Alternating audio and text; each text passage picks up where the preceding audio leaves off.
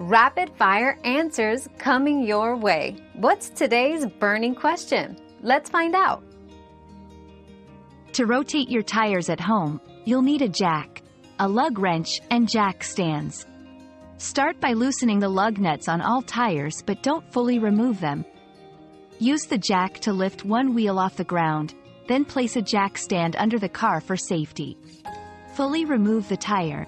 Follow the correct rotation pattern for your car, front to rear, side to side, or diagonal, depending on your vehicle's drive type, and move all tires accordingly.